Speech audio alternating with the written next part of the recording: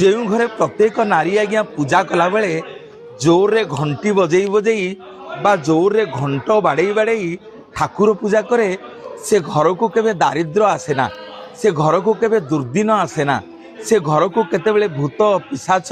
कहार कुदृष्टि पड़ेना। गोटे धर शंकर भगवान देवी पार्वती कैलाश कंदर को जिते आसिले बह करी सेतेबेले देवी पार्वती देखिले शिव गण मैंने सब अपरिष्कार करी कैलाश कंदर को पकई सफा सुतरा करी रोसईवास करी जितेबेले निज स्वामी की खाइबा को बाढ़िले